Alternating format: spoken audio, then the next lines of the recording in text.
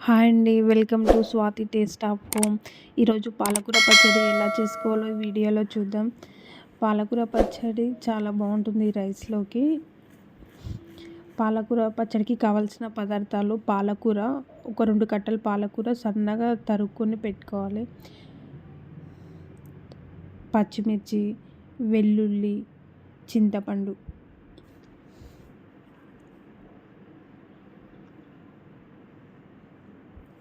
Stove పైన ఒక pan పెట్టుకొని అందులో కొంచెం ఆయిల్ వేసుకోవాలి. ఎక్కువ కాదు, కొంచెం ఆయిల్ వేసుకొని అందులో పచ్చిమిర్చి ఫ్రై చేయాలి. ఎక్కువ ఫ్రై చేయకుండా కొంచెం మామూలుగా ఫ్రై చేయాలి. ఒక 2-3 మినిట్స్ వరకు ఇవన్నీ ఫ్రై చేసి పక్కకి తీసి పెట్టుకోవాలి.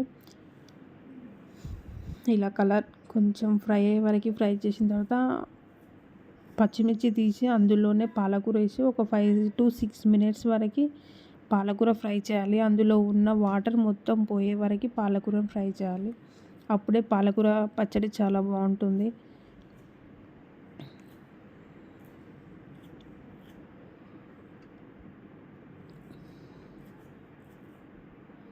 పాలకూర హెల్త్కి చాలా మంచిది. కాల్షియం, ఐరన్ ఎక్కువగా ఉంటుంది. ఇలా పాలకూర మొత్తం ఫ్రై అయిన తర్వాత అందులో వెల్లుల్లి, చింతపండు వేసి ఒక 2 మినిట్స్ వరకు అలా స్టవ్ పైన ఉండనిచ్చి స్టవ్ ఆఫ్ చేసేసుకోవాలి.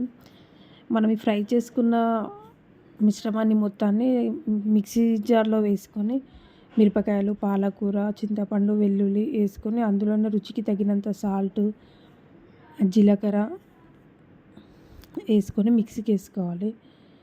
ఇలా సన్నగా అయ్యే వరకు మిక్సీకి వేసుకోవాలి. ఇప్పుడు దీన్ని మనం పోపు వేసుకోవడమే. ఒక గిన్నె పెట్టుకొని అందులో ఆయిల్ వేసుకొని ఆవాలు, జీలకర్ర, శనగపప్పు, మినప్పప్పు, పోపు దినుసులన్నీ అందులో వేసేసుకోవాలి. 2-3 ఎండుమిర్చి, కరివేపాకు, అలా పోపు దినుసులన్నీ వేసేసుకోవాలి. ఎండుమిర్చి, కరివేపాకు, లాస్ట్లో కొంచెం చిటికెడు ఇంగువ కూడా వేసేసుకొని కలుపుకోవాలి. కలుపుకొని స్టవ్ ఆఫ్ చేసుకొని మనం ముందుగా తయారు చేసుకున్న పాలకూరది మిక్సీకి వేసింది ఉందిగా, అందులో ఈ పోపు కలిపేసుకోవాలి.